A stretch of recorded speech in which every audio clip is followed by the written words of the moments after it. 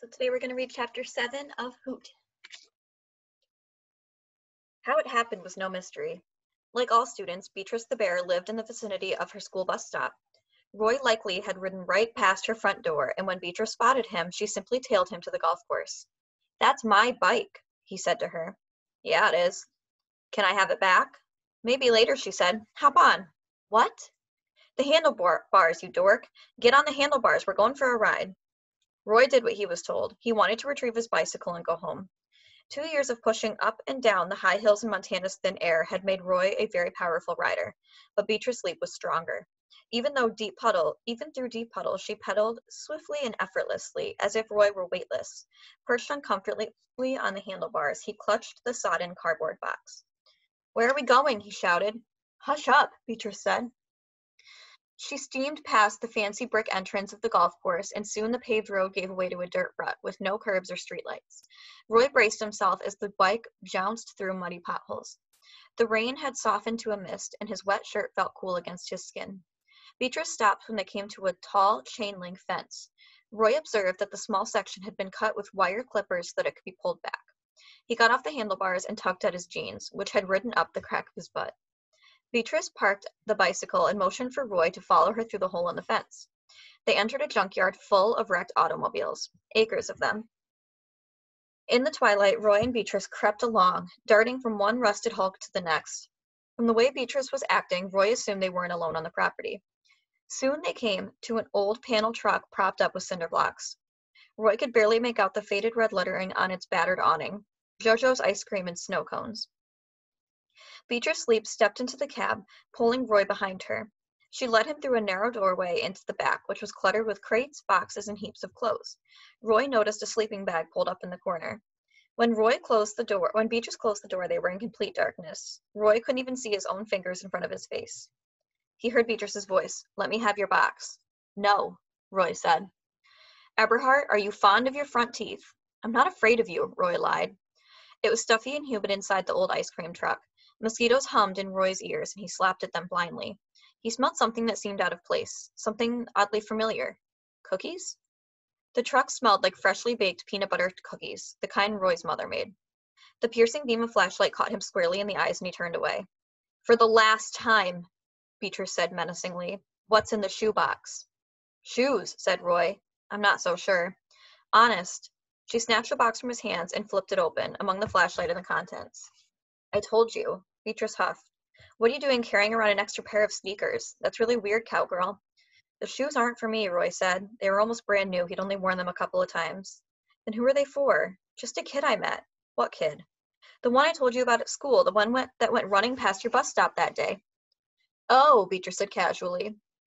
"The one you went chasing when you should have been minding your own business?" She turned the flashlight off and everything went black again. "Well, I finally met him, sort of," Roy said. "You don't give up, do you?" "Look, the kids need shoes. He could step on broken glass or rusty nails, or even a cotton mouth." "How do you know he wants to wear shoes, Eberhard? Maybe he can run faster without them." Roy wasn't sure what Beatrice's problem was, but he knew that he was seriously late for dinner and his parents were probably frantic. He planned to make a break as soon as Beatrice turned on the flashlight again. If he could somehow beat her to the bicycle, he might be able to get away.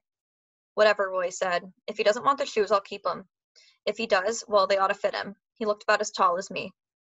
From the darkness, only silence. "Beatrice, if you're going to beat me up, can you just hurry up and get it over with? My mom and dad are probably calling the National Guard right now." More heavy silence. "Beatrice, are you awake?" "Eberhard, why do you care about this kid?" That was a good question, and Roy wasn't sure that he could put the answer into words, but there was something about the look on the boy's face when he went running past the bus. Something urgent and determined and unforgettable. "I don't know," Roy said to Beatrice. "I don't really know why." The flashlight blinked on. Roy clamored for the door, but Beatrice calmly snatched him from the seat of his jeans and yanked him to the floor beside her. Roy sat there panting, waiting to get clobbered. Yet she didn't seem mad. "What size are these?" she asked, holding up the sneakers. "Nines." The cupped glow of light, Beatrice put her finger to her lips and pointed over her shoulder. Then Roy heard footsteps outside. Beatrice clicked the light off and they waited. The steps in the gravel sounded heavy and ponderous, like those of a large man. Something jangled as he moved, a set of keys, maybe loose coins in his pocket. As the watchman approached the ice cream truck, he whacked one of the fenders with what sounded like was a lead pipe. Roy jumped but made no noise. Luckily, the man kept walking. Every so often, he'd bang the pipe loudly on another junker, as if he was trying to scare something in the shadows. After the man was gone, Beatrice whispered, "Rent a cop." "What are we doing here?" Roy said, weakly. In the darkness of the compartment, he could tell that Beatrice the bear was standing up. "Tell you what I'm going to do, cowgirl. I'm going to make you a deal." "Go on," said Roy. "I'll see that the barefoot kid gets these shoes, but only if you promise to leave him alone. No more spying." "So you do know him?" Beatrice hoisted Roy to his feet. "Yeah, I know him," she said. "He's my brother." At 4:30 in the afternoon, when Officer David Delinko normally got off work, his desk was piled high with paperwork. He had lots of forms to fill out and reports to complete about what happened to his patrol car. He kept writing until his wrist began to ache, and at 6 he finally called it quits. The motor pool was only a few blocks away, but the rain was pouring down when Officer Delinko warily came out of the headquarters building. He didn't want his uniform to get drenched, so he waited under the eaves, directly beneath the capital P in Coconut Grove Public Safety Department. Lots of cities had started referring to their police forces as public safety, a phrase intended to promote a softer, friendlier language. Like most officers, Officer Delinko thought the name change was pointless. A cop is a cop, period. In an emergency, nobody yelled, "Quick, call the public safety department." "Call the police" is what they always shouted, and always would. Officer Delinko was proud to be a policeman. His father had been a robbery detective in Cleveland, Ohio, and his older brother was a homicide detective in Fort Lauderdale. And a detective is what David Delinko wanted to be someday. That day, he realized sadly, was probably further in the future than ever, thanks to the vandals at the Pancake House construction site. Officer Delinko was muling his situation, watching the rain stream down when a lightning bolt zapped a utility pole at the end of the street. Briskly, he retreated to the lobby of the headquarters building, where the ceiling lights flickered twice and faded out. "Ah, shoot," Officer Delinko grumbled to himself. There was nothing to do but wait for the storm to pass. He couldn't stop thinking about the bizarre incidents at the Mother Paula's property. First, somebody pulling the survey stakes, then dumping the alligators in the latrines, then spray painting his squad car while he was asleep. This was the work of bold and defiant perpetrators. Immature, certainly, but still bold. In Officer Delinko's experience, kids weren't usually so persistent or so daring. In typical cases of juvenile vandalism, the crimes could be traced to a group of youngsters, each trying to outdo the other for thrills. But this wasn't a typical case, Officer Delinko thought. Possibly it was the work of just one person with a grudge, or a mission. After a while, the squall began to subside, and the thunderclouds faded away from the center of town. Officer Delinko covered his head with a newspaper and made a dash for the motor pool yard. His hand-shined shoes were squirting water by the time he got there. The Crown Victoria, looking good as new, sat outside the locked gate. Officer Delinko had asked the garage chief to hide the keys in the gas cap, but instead they were inserted into the ignition, visible to anyone scrolling by. The garage chief believed nobody was loony enough to steal a marked police car. Officer Delinko started up the car and headed for his apartment. Along the way, he made a slow loop around the Pancake House property, but there wasn't a soul to be seen. He wasn't surprised. Criminals dislike lousy weather as much as law-abiding citizens did. Even when off-duty, Officer Delinko always kept the radio to his police cruiser turned on. That was one of the strict rules for those who were allowed to take the patrol car vehicles with them. You must keep your ears on, just in case a fellow officer needs help. Tonight, the dispatcher was reporting a couple of minor fender benders and a local boy who went missing on his bicycle during the electrical storm. Roy did something or another. A burp of static on the radio made it hard to hear the boy's last name. His parents must be pulling their hair out, Officer Delinko thought. But the kid's bound to turn up safe. He's probably just hanging out at one of those shopping malls waiting for the thunder to stop. 10 minutes later, Officer Delinko was still half thinking about the missing boy when he spotted a slender, rain-soaked figure at the corner of West Oriole on the highway. It was a boy matching the description given out by the dispatcher, approximately 5 feet tall, 90 pounds, sandy brown hair. Officer Delinko steered his car to the curb. "Hey, young man!" The boy waved and moved closer to the edge of the road. Officer Delinko noticed he was walking a bicycle and that the rear tire appeared to be flat. "Is your name Roy?" the policeman asked. "That's me." "How about I give you a lift?" The kid crossed the street with his bike, which fit easily inside the spacious trunk of the Crown Victoria. Officer Delinko radioed the dispatcher to report he'd located the missing youth and that everything was fine. "Roy, your parents would be mighty happy to see you." Roy smiled nervously. "I sure hope you're right." Silently, Officer Delinko congratulated himself. Not a bad way to end a shift for a guy stuck on desk duty. Maybe this would help get him out of the captain's doghouse. Roy had never been in a police car before. He rode in the front seat next to the young officer, who did most of the talking. Roy tried to keep polite and keep his end of the conversation, but his mind was swirling with what Beatrice Leap had told him about the running boy. My stepbrother, actually, she said. What's his name? He got rid of it.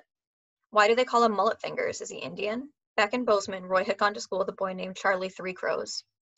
Beatrice Leap laughed. No, he's not an Indian. I call him Mullet Fingers because he can catch a mullet with his bare hands. You know how hard that is? A mullet was slippery, free-jumping bait fish that traveled in schools of hundreds. The bay near Coconut Grove was full of them in the spring. Throwing a cast net was a customary method of capture. Why doesn't he live at home? Long story, plus it's none of your business. What about school? My brother got shipped off to a special school. He lasted 2 whole days before he ran away, and then he hitchhiked all the way back from Mobile, Alabama. What about your parents? They don't know he's here, and I'm not going to tell them. Nobody is going to tell him. You understand? Roy had solemnly given him his word. After they sneaked out of the auto junkyard, Beatrice Leap had given Roy a peanut butter cookie, which he gobbled hungrily. Considering the circumstances, it was the best cookie he'd ever eaten. Beatrice had asked how he had planned to explain his whereabouts to his mother and father, and Roy admitted he hadn't figured out that part yet. Then Roy had performed an outstanding feat. She lifted his bicycle by the sprockets and chomped a hole in the rear tire, like she was biting into a pizza. Roy could only gape in amazement. The girl had jaws like a wolverine. There, now you've got a halfway decent excuse to be missing dinner. Thanks, I guess. What are you waiting for? Get out of here. What a weird family, Roy thought. He was replaying the tire-biting scene in his mind when the policemen say, Can I ask you something, young man? Sure. You go to Trace Middle, right? I was wondering if you heard any talk about stuff that's happening out where that new pancake house is supposed to go up. No, Roy said, but I saw an article in the newspaper, the officer shipped uneasily, about the alligators in the police car that was spray-painted. The officer paused for a brief coughing spell, and then he said, You sure nobody's talking about it? Sometimes kids pull these kind of pranks and like to brag about it. Roy said he hadn't heard a word. This is my street. We're the 6th house on the left. The policeman wheeled into the Eberhardt's driveway and braked to a stop. Roy, can I ask you a favor? Could you call me if you do hear something? Anything? Even a rumor about the Mother Paula situation? It's very important. The officer handed Roy a printed card. That's the office line, and that's my cell. Above the phone numbers, the card said, Officer David Delinko, Patrol Division, Coconut Grove Public Safety Department. You can call me anytime, Officer Delinko said. Just keep your eyes and ears open, okay? Right, Roy said, not too eagerly. The policeman was asking him to be an informant, a snitch on his own classmates, which seemed like a steep price to pay for a ride home. Not that Roy wasn't appreciated, but he didn't feel like he owed the officer anything besides a sincere thank you. Wasn't the policeman's job to help people? Roy got out of the car and waved to his parents, who were standing on the front steps. Officer Delinko removed Roy's bicycle from the trunk and set it upright on the kickstand. There you go, he said. Thanks, said Roy. They'll patch that tire for you with the X on. Was it a nail that got you? Something like that. Roy's father came up and thanked the policeman for bringing his son home. Roy overheard the 2 men exchanging law enforcement chit-chat, so Roy figured his father had told the officer he worked for the Justice Department. When Mr. Eberhardt went to put Roy's bicycle in the garage, Officer Delinko lowered his voice and said, Hey, young man. What now? Roy thought. You think your dad would mind writing a letter to the police chief or even my sergeant? No biggie, just a nice note about what happened tonight. Something they can put in my permanent file, Officer Delinko said. The little things help, they really do. They add up. Roy nodded. I'll ask him. Terrific. You're a solid young fellow. Officer Delinko got back in his car. Mrs. Eberhardt, who had gone inside to get a towel, came up and pumped the patrolman's hand. We were worried out of our minds. Thank you so much. Oh, it was nothing. Officer Delinko shot a wink at Roy. You've restored my faith in the police, Roy's mother went on. Honestly, I didn't know what to think after reading that outrageous story in the newspaper, the one about the police officer who had his windows painted black. It was Roy's impression that Officer Delinko suddenly looked queasy. You all have a good night, he told the Eberhardts and turned the key in the ignition. Do you happen to know that fellow? Roy's mother asked innocently, the one who fell asleep inside his car. What's going to happen to him? Will he be fired? With the screech of rubber, Officer Delinko backed out of the driveway and drove off. Maybe there was an emergency, Mrs. Eberhardt said, watching the patrol car's taillights disappear into the night. Yeah, Roy said, smiling. Maybe so. All right. So I just have one question for this week. I want to challenge students to provide a summary of the chapter with at least 3 details. These can be any details that stood out to you, just something from the chapter that makes it unique and maybe summarizes a little bit of what happened. So thanks for reading with me today, and I'll be posting another video tomorrow.